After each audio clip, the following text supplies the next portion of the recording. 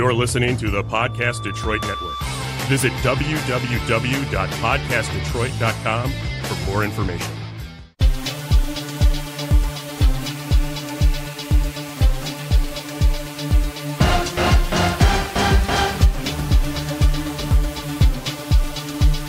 This is Grand Design Podcast with DJ and Jerry Grand, where we link the chains of reason of sports, politics, and culture.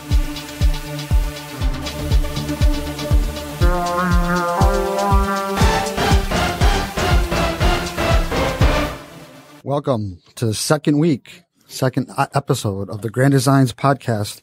I'm DJ Grand, and I'm here once again with my brother Jerry. Hello. Today's topic is loyalty to sports teams. So, to lay our foundation again, loyalty is predicated upon a couple things: belief and emotion. To give you an example of belief that's outside of the sports realm, about 365 million people reside in the United States, and they are loyal to a flag of red, white, and blue. That elicits some emotions when someone flies that flag, unfurls that flag. Go to China, where a billion people stand, and a flag of red and orange elicits the same belief and loyalty. The loyalty is predicated upon their belief that their system is better. We transfer it to sports. Maize and blue will do the same exact loyalty, will bring forth the same exact loyalty, as will the scarlet, gray, and red of the hairless nut, the Buckeyes. There are many reasons for sports loyalty. Among them are geography, your hometown favorite, brain chemistry. Win or lose, the feel-good chemical of dopamine is released. And actually, there's been tests that in lab rats that even losing creates even more dopamine in the brain. There's also the tribe mentality, which is similar or stronger or as strong as ethnicity, nationality, and gender. And there's also superstition, wearing the same clothes, watching in the same spot. Social connection is also a reason for loyalty. You want to be affiliated with your group. You're working and you're not paying attention to the Lions. You come in, you got nothing to talk about. Also, there's nostalgia. You grew up as a fan. Your family followed them. And there's hope that in the next year, you'll be able to look forward to a victory or a championship season if your team lost that year. And finally, there's identity. Wins or losses are taken personally. And we'll continue to root. Some people will continue to root for a hometown team even after moving to another city. No, I agree. I'll bring it me personally, where go back as a child, I was told and ridiculed for not rooting for the Lions. You root for your hometown team no matter what. And that goes today to where I work at. I am just constantly, doesn't matter win or lose, why I do not root for the Lions. And it's almost as if they're making fun of me because I'm not rooting for the local team. And I've heard everything from, don't be a bandwagon. You just can't jump on. You need to earn your right to be a fan, to earn your right for that loyalty to that. Most of them look at it as if you weren't with them through the tough years, then you didn't earn the right to be if they win the championship. Now, then it gets with the Lions. I'm not sure if I was to want to go through decades of misery for one victory. There hasn't been a single championship in the entire Super Bowl era, so is it worth it? Is all that misery worth the one championship if that was ever to come? I would say no. I agree on the same thing. But I just going back to where I'm just being heckled. And when it gets to baseball with the Tigers, I'm a Yankee fan. And that was made clear. Yeah, the Yankees, they're always contending. They don't always win, but they're always contenders. And I'll be the first to tell you, that's fun. It's fun every baseball season, to where there's a couple years, like with the Lions, the Tigers had some pretty bad teams. And for one to root with them is almost painful. Well, since you bring up the Yankees, another reason to be loyal to a team is tradition. The Yankees have tradition, which the Tigers, 68, 84? That's their tradition. To get that tradition, does it go to the owners? Because the Yankees with Steinbrenner, ever since we were kids, it was win. It didn't matter how much it cost. Well, before that. And they're even called the Evil Empire because of that. It was before that. Babe Ruth, Lou Gehrig, they won then. It was well before that. but just spend to win. Sure. Winning is what those owners. I'm not too sure that the current Detroit Lions organization really cares about winning. They're good business people and they make a lot of money. The owners care about dollars, and correct. They kind of hope that their fans are loyal. They kind of need loyalty because that keeps them spending the dollars, but correct. They too more care about the bottom line. But when I bring it up to the people who I work with, who will ridicule me, why would you root for a team that literally rips your heart out? If you went to a restaurant and they gave you a very bad product, you going back the next day? See, that's a difference between a brand loyalty and sports loyalty, because sports loyalty is much deeper. And that's why they come back, because the deepness of sports loyalty, because they will put up with that. And wait, sometimes the losing, they identify in it. They actually say, the suffering, I root for them because of the suffering. So they kind of identify with it. Can't relate to it, but I've heard that from some Red Sox fans who, when they broke the curse of Babe Ruth, they didn't know what to do. Same thing with the Cubs. When they recently just won the World Series, they didn't know what to do. They identify with that losing. With the Lions fans, that could be the same thing. They have nothing else to complain about. When they get up the next month, they won it. Now what? So when it gets back to the whole the subject of me being loyal to a sports team, I just keep on going back to them. If the owner doesn't care about winning, why should I root for that team or be forced to? And it almost gets into this tribal mentality, because I live here, work here, spend my money in the economy. I must root for the 4 major sports teams. It is a tribal mentality. It's the tribe of the Tiger fans, Red Wing fans, Detroit sports in general. You have to stay with the tribe or you'll be cast out. That is a true tribal mentality. To talk about what the Lions do or the ownership does, which is separate from what the fan loyalty is, they try and use that loyalty to their advantage. There are now loyalty programs. I mean, the Nashville Predators have a loyalty program put in place just because they don't want their fans to go to other teams.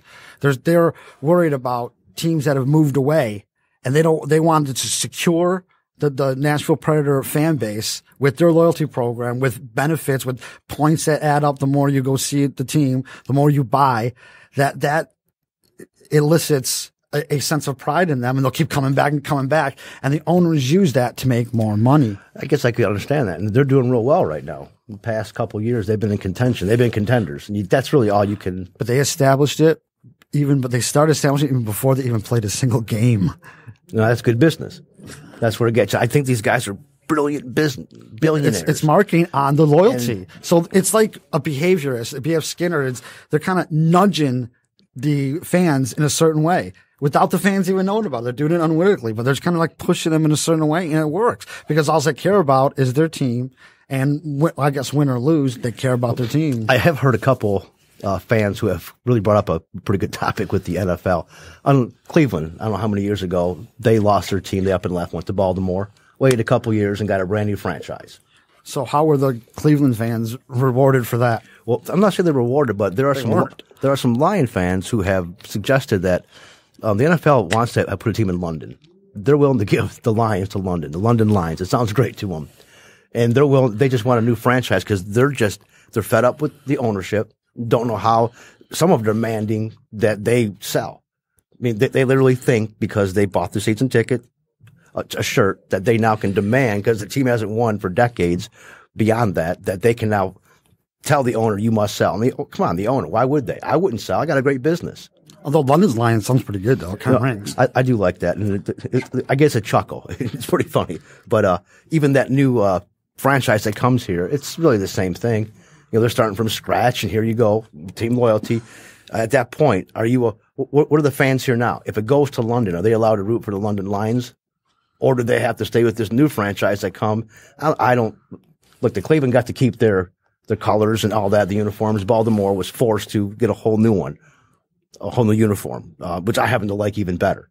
But even with that, well, to me, that brings up the question: who should those Cleveland fans root for? Should they root for the Baltimore Ravens because that originally was the Cleveland Browns, or should they be rooting for the current manifestation of the Browns?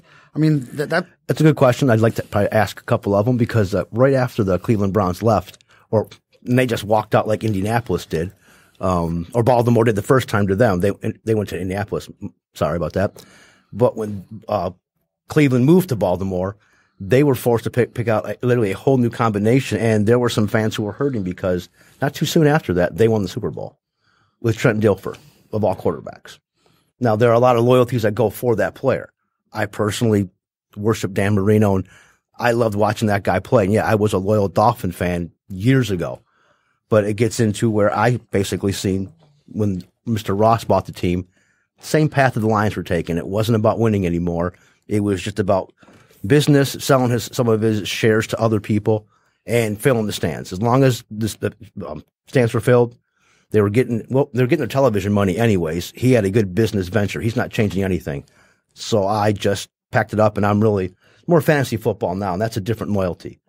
Because I don't watch the NFL Network. It's the Red Zone, all the games. Well, doesn't fantasy football kind of split loyalty because your fantasy team is from a whole bunch of different other teams, so you can't be loyal to one team if you're rooting for all these different guys on these different teams. There goes fantasy, I guess, because it's a fantasy that kind of splits loyalty. But I drafted this team, and I'm watching multiple teams on Sunday, not just one. And then going into Monday Night Football, so it's players now. Now I'm loyal to those players that I draft, and you get very upset when they get injured or they're not working it or they don't play anymore, or if they just drop on the 3-yard line to save time. That's fantasy points. And there are some funny stories about some fantasy owners who take it literally, like they want to call the coach and just give the ball to whatever running back. That's a good game plan for today. But this fantasy has added a whole dynamic to team loyalty. Well, I would like to ask those with the tribal mentality how they feel about fantasy, because if you have to be loyal to your local team, then that makes you can no longer root for your fantasy players. You have to root for the local team. I mean, I would like to ask them. It's a contradiction. How they solve that contradiction, how they resolve that. It's fun playing fantasy football. That's what if you asked me that. And again, now I was biased back then. No, when I was a Dolphin fan, I didn't play fantasy football. Yes, well, maybe it just started back then, and I had Marino a couple years. Other than that, it's kind of hard rooting for someone that's playing against the Dolphins, because if you got a wide receiver going against the Dolphins, you want them to light them up. Yeah, as a fan of the Dolphins, no, you don't want that at all. And I kind of wore that on my sleeves a lot to where it's kind of schizophrenic. It gets into where the loyalty to where it's emotion now. You wear these losses and you take it hard. And I think it was last week when the Eagles lost, someone beat their spouse and put their dogs in the microwave. Yes, that's extreme loyalty. Emotion that you were talking about earlier. Absolutely, and that's taking it to extreme. And that was losing. From loyalty. It wasn't winning, it was losing.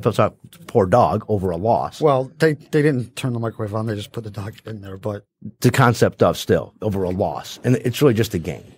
It boils down to at the end, it's a game. Well, the whole thing, it's just a game. Well, now that could also, another question is, why do the fans believe, or are they correct in believing that they have some ownership in the team and that they pay the salaries?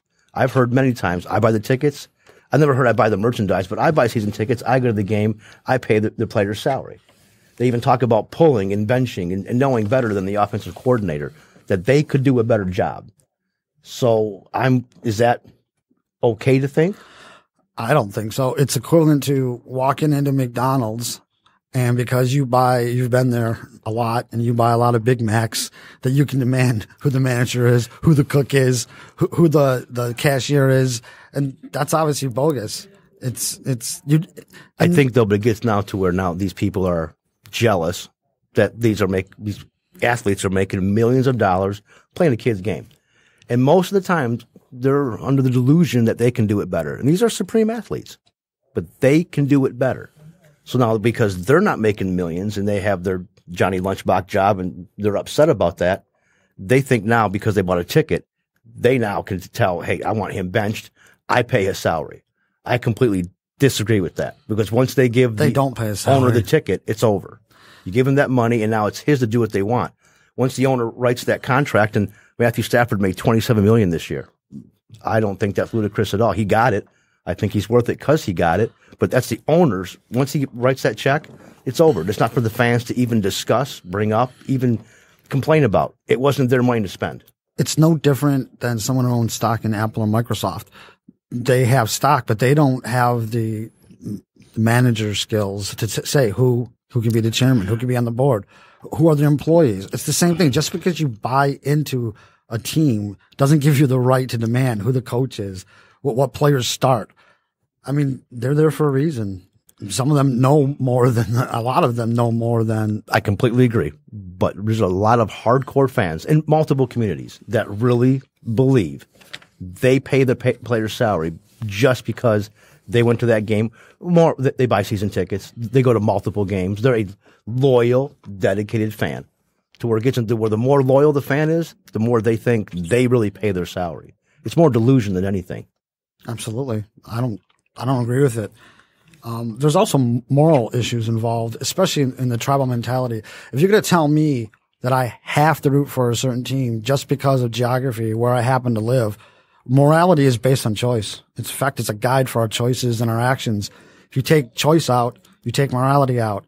And that's what they're doing. They're taking choice away. They're saying you must root for this team. You must cheer this team on. Even if it leads to suffering, you must continue to take away your morality and root for the team that we decide based on where you live. It's irrational. I was reading one gentleman who came over, I believe it was from England. He could not understand. He had met two ladies in the bar. They were rooting for the Super Bowl. It was a couple of years ago. Who the teams were playing doesn't matter. But he thought these ladies were literally loyal to these teams because they were so adamant about how the game was going back and forth. And then afterwards, when he found out that they had just picked these teams and there was no loyalty to it, he just could not understand, fathom, rationalize it. He even tried them to explain it to him, how the next morning they would get up and it's a different team next year they're going to root for. And I think his soccer team was Lisbon. And he literally said that was a crime. That would not be accepted over there. That brings up fair weather fans or bandwagon fans, because those ladies must have been bandwagon fans. But again, with the bandwagon fan, they sometimes are maybe more smarter because they have a lot more fun. I say they're more pragmatic. The end justifies the means. They want the win, so I'll just jump from team to team to get that win. Some people would call that smarter. I don't. I would say that's more pragmatic. And like last week's episode, it's not a good way to go about without principles.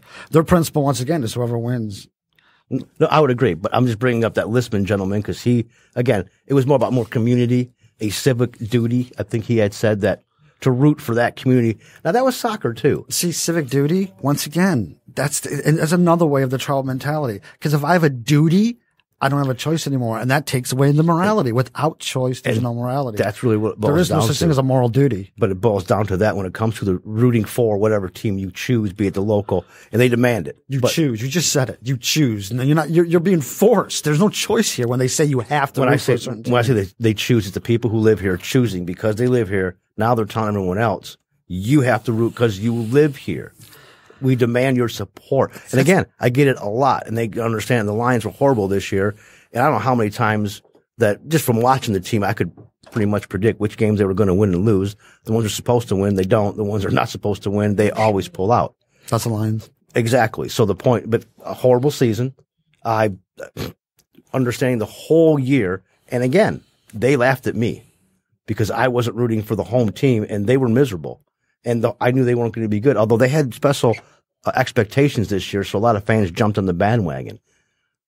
So I'm not sure that they fell off, but at work, they were totally ridiculing me because I wasn't dedicated, even through what they called thick and thin of them losing. I had to be a fan no matter what. Well, I guess it brings up a fan of what? Because every year a team is different than the previous. The Pittsburgh Penguins won the Cup against the Red Wings in 2009. This year, there are only 3 players that are still on that team. So are they really the same team? I mean, do I have to continue to root for that team just because of the color threads that they wear? That's what it is, the color threads, because the colors they're rooting for. Because once that person leaves to another team, be a trade or free agent, more or less free agent, they're almost booed when they come back because they accept a bigger contract where the home team wouldn't pay them. But they're upset that they didn't take a home team discount to stay in and play for the local team. Well, my point is it goes to identity. And in philosophy, there's a paradox called the ship of Theseus. And basically it goes, Theseus was a mythical king of Athens. And among his many possessions, he had a ship that he used and returned from slaying the mighty Minotaur. After his death, that ship was preserved for hundreds of years in the harbor of Athens. But actually, was it? Every time a wooden plank rotted out, it was replaced. Every time a beam fell apart, a new one was fashioned in its stead. After enough time had passed, every part had been replaced. So now the boat looked very much like the ship of Theseus, and it occupied the same spot in the harbor, but not a single piece of it had existed when Theseus had sailed on it. So is that the same boat? And that was my point of the Penguins. Is it the same team? To me, it's not. Every single year, the team changes. So why am I forced to be loyal to something that identity changes every single year? That can go into the player that you're rooting for. You know, that player goes somewhere else, and I completely agree. You shouldn't have to, because that's inevitable. One thing that will change is change. Well, you're going to get new players, free agency. They fail. You got rookies. The last line game was a good example. That was a practice squad out there, and they lit the Packers up. But week one, it would have been a completely different story. But those wide receivers were literally 7-string practice squad players. They wanted tape. They were playing for next year. So when they signed to another team, and there's one that I like, his name is Powell. I mean, I'll follow him. I may even draft him in fantasies. It doesn't matter where he goes, Atlanta, Minnesota. So my loyalty, yeah, it's not to the Lions, but to that player. And again, I'm a fantasy team. So I get, no, that's just irrational. It's fantasy. As I'm playing in a league, I want to win. So there's where my loyalty comes that year as I have him. When I draft another team, it'd be brand new loyalties. My point of bringing up the identity is that those with the tribal mentality are going to demand that I root for the Lions year after year after year. But yet the only similarity, or one of the few similarities actually, is that they wear the same colored threads on their jersey. That's it. It's the makeup of the team is entirely different. Correct. Especially after a few years. So why do I have to be loyalty that's something that's absolutely different than it was 5-10 years ago? That doesn't make any sense to me. And that's what I guess we're trying to find out here is why we have this mentality where we have to root for the local team. Is it from high school? Because when you go to high school, you want to root for that team. You're not going to root for your rival. Then you go to college and, Michigan, Ohio State, you're never going to root for the rival. And then it would be unheard of for anyone who's going to Michigan to root for Ohio State and vice versa. Michigan State rooting for Michigan. It's unheard of. So is that where it starts from? And then once you grow up and you go to your town, now you must, outside of your alma mater in college, now it's a sports team, and it's multiple sports teams. It's the city that you're living in, not the university or the high school you once attended. Well, college teams foster more loyalty because they don't move. There's no possibility that team is going to move. As long as the college stays in existence, they're going to be there. I read one person had a good point that he never rooted for the University of Illinois ever until he started working there, and they signed his paycheck. Then he was a Illini fan, which I completely agree. I don't. That's pragmatism. Because he was getting his check signed by him. That's the only reason. Not because they're a good team, not because they play well, not because they're hard workers. No, because they signed my check. Well, that's sad. When you're employed, you're going to, I would hope you're thinking it's a good place to work for. If I use right now the company I work for, yeah, I'm loyal to them because they're signing my paycheck. The company that I left, not so much loyal anymore. I'm more or less I realize their flaws. And while I was there, yeah, I didn't get up and go somewhere else. But again, I'm not loyal to that company. I'm more loyal to the current one. I think you're talking about two different things here, because him working for, you said University of Illinois? Correct. Him working for them is an employer, but being a fan of the team. I guess he bought in. It's two different things. It's entirely two different things. But his motivation was, they sign my paycheck, I buy in, I'm an Illini fan. I don't have a problem with that. I don't. If you're working there, I don't care if it's as a custodian or whatever the job may be. If you're working at Michigan State University and you want to root for them now and you want to consider, that's fine with me. I mean, you have an attachment somehow because you're working for them.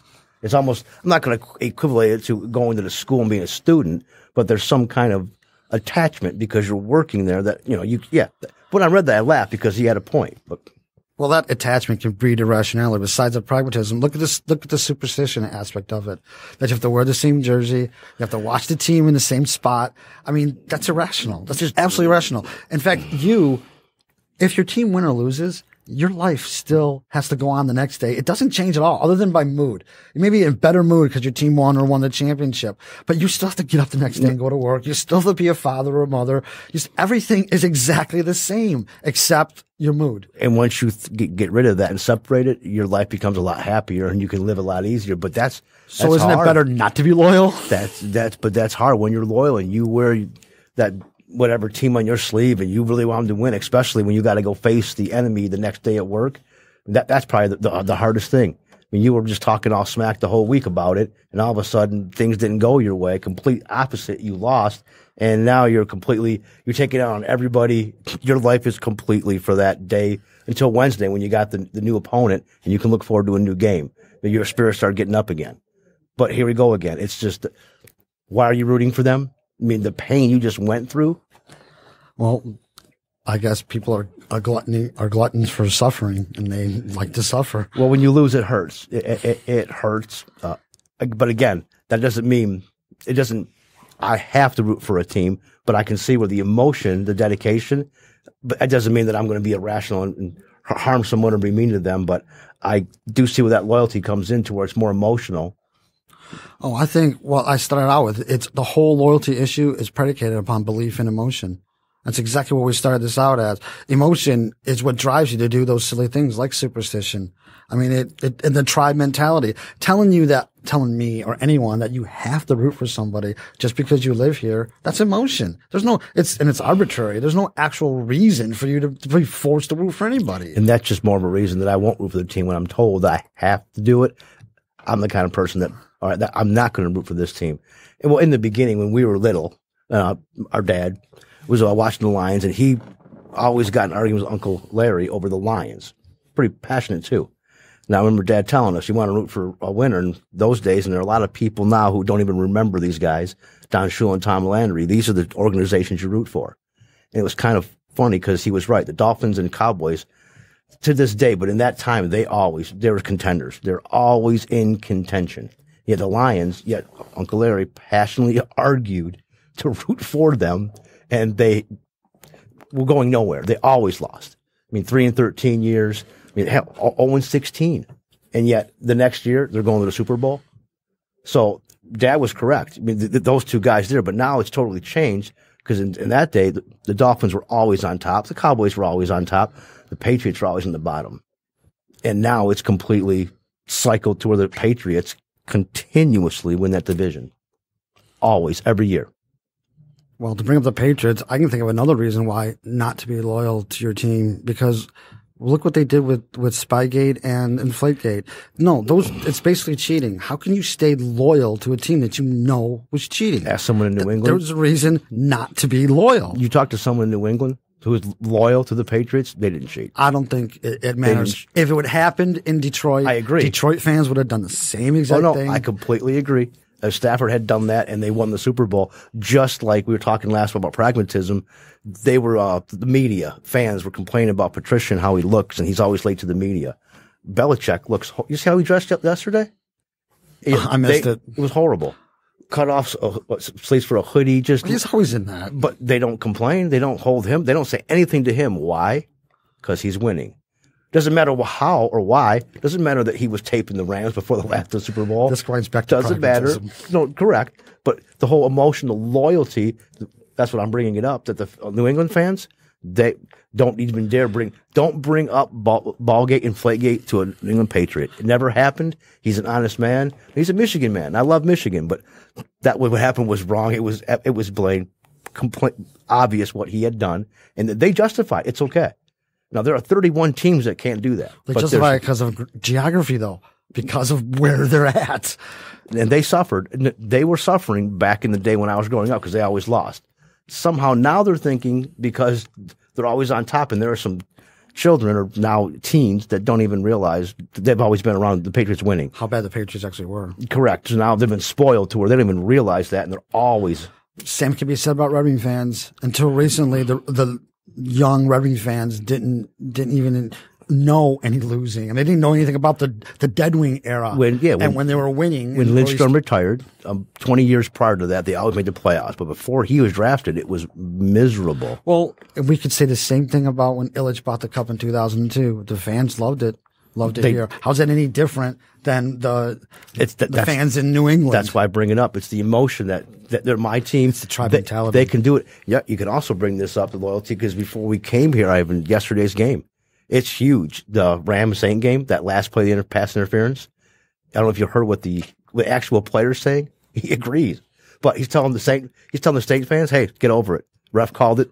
Honor it." Telling what fans? The Saint fans. Oh, Saint fans. Because he's a Ram. He blatantly, he admitted, yeah, he goes, look, I hit the guy. I didn't look back, and I heard the fans go nuts. I thought there was a flag. When I looked up, no flag. Oh, the ref got it right. Did his job. Good. And he was just, ain't nothing happened here. Exactly. But when he said to the Saints fans, sorry, get over it. Ref made a good call. And he's literally justifying now. And there isn't a Los Angeles Ram fan that disagrees with that call. Even the head coach was calling it. No, I think the refs were letting them play. I think that's that is so relative because it favored them. It's not an objective call whatsoever. It's relative because it favored them, so they'll go for it. On the other side, and there are some Saint fans on suicide watch over a missed call. They're taking it that seriously. And look, they got jobbed. I'll be the first to tell you. But to take it that seriously, their lives are miserable in New Orleans. I mean, there were some excerpts that they were playing on the radio today of the announcers and just how they didn't want to be there. Oh, it's New Orleans. Good morning. I mean, they're not and that's their job to be peppy on the radio, but they're just miserable over, and it's not the fact they lost. That's not what's bothering them. I think it's because they lost. No. Had that play still went down and they pulled out the game, it wouldn't have bothered them so much. I think it's because they lost. And then that just adds salt to the wound. They're under the, I guess, misconception that had that call been made, they won. And there were things that could have happened and it probably would have put him in, but they're holding the play as the reason for their misery. That lack of call, the ref. I mean, I'd be worried about him because I think like that one soccer guy who they chased because he made that penalty shot call. These Saint fans, they want that ref's head because he missed. Right afterwards, the NFL apologized to Sean Payton. We're sorry we got it wrong. We apologize. And that was really hard for him to take. But at the end of the day, the fans, I mean, I can see the players and the coach because come on, that's their job. They're into it. I mean, but the fans, they're taking a little too personally, and it comes back to now our subject of loyalty. If you were looking at it objectively, the fans have nothing to complain about. Yes, it's upsetting they were on the wrong side of a bad call, but didn't the Saints allow the Rams in that game? Had they played better than, and then if one play in a game is what caused you to lose, then you didn't play a good game. We can go round every single game was just like that because that game wasn't lost by that play. Correct. That's my point. First quarter, there were a couple plays where they could have put them away and they didn't. For whatever reason, it didn't happen. So yeah, it came up to that. But at the end, the fans, their loyalty, they're emotional. What you brought up, their endorphins, what they're going through now because of a lack of. But now the referee, it's dopamine, but go on. But the referee is being criticized for his job, and they want him fired. Again, their loyalty, their passion is saying, "I want that." He made a mistake. It was a blatant mistake. Don't know how he made it, but it was a mistake. I see nothing wrong with being passionate, but I see it as misplaced. I really do. I mean, if it hurts you that much because your team lost, and you're talking suicide I think your priorities are wrong. I would absolutely. There's something wrong. This is game. It's a game. It means nothing. And like I said about you have to get up and go to work the next day. In the grander scale of things, it means nothing. To you and I completely yes. It took me a while to actually learn that. And there are a lot of people who are passionate about it. And the same thing with the Lions. I go back a couple years with the playoff with the Cowboys. They, to this day, are haunted by that. And they were robbed by the referee. I think it was a diving pass, catch, no catch. The point being, there was a pass interference call that they got the job done. But there are Lions fans who believe that the NFL is out to get them. That's why they're always on the losing end of these bad calls. Again, breeds irrationality. They're out to get them. Their loyalty, their passion, and their desire to win. Not understanding that when they actually do win, now what? No, they want to stay winning, just like Red Wing fans keep winning and demand that they be always on top. That's the way the Red Wing fans gets into whatever it takes in last week's show. But right now, but getting to the team loyalty, again, whatever it takes to win, because I feel part of that team. I want to hold that trophy. I want to feel, or I want to say that I won that championship when they didn't. They just followed the team for whatever reason. Well, I think it's misplaced loyalty. I think if you want to be passionate about something, you should be passionate about principles, passionate about improving your life, be passionate about being happy, and to get your happiness through other people, which is through a sports team, that's pseudo happiness. True happiness comes from yourself. Now, with yesterday's game, I will say, to bring to conclusion a little bit about the loyalty to all Rams fans and the head coach. If they do pull out the Super Bowl, and I'm rooting for them because I don't want the Patriots to win, how are they going to sleep at night? with that call. They know deep in that they didn't earn it. That was given to them. So it's not going to be a Super Bowl that they're going to look back and can they hold up and say, I earned, even one of those fans, because they were gifted that call there. So there's the other side of, there's a little, that comes and what goes around. I think it goes back to pragmatism. Well, that was our first show, but they're going to say that it doesn't matter. The end justifies the means. We got the call our way. Objective rules don't matter. But if you want to say how he earned it, and that was a tough year, the accomplishments. In what way? That's arbitrary. How do they earn it by getting a false call? Well, in what way could they have earned it? No, that's just it. They will not earn the Super Bowl because of that call. It's out, gone. They won't. It's just a rationalization. They're going to rationalize it away and say we got it, even though it was a false call. I mean, it's a rationalization. Usually, you would think you'd want to beat the best. You've earned that championship when you do that. In college football, if you beat Alabama in the national championship, like Clemson this year, I believe they earned that championship. Absolutely, they beat the best team. So well, maybe Clemson was the best team, but go on. Well, after that game completely, but Alabama has been in the contention for how many years? So to beat them, you earn that. Absolutely. So there's where I don't think the loyalty, those fans who are loyal, they're not, how can they feel any earning of it? Well, I think we can bring that up next week or 2 weeks because it's the Super Bowl, but we'll see who wins. But I don't think that victory was earned at all. Even if they win the Super Bowl, it's not earned. It's tainted now. So to wrap it up, I think a lot of the loyalty is misplaced. I think you should be loyal to principles. I mean, you can be loyal to your team, but you should still base that on principles. It shouldn't be forced. Exactly. It should be objective. Anyways, what do our listeners think? You can follow us on Twitter at Grand Designs Pod. You can follow us on Instagram at Grand Designs Podcast or at our website at granddesignspodcast.com. And there you can let us know what you think. The Grand Designs Podcast. Who are you listening to?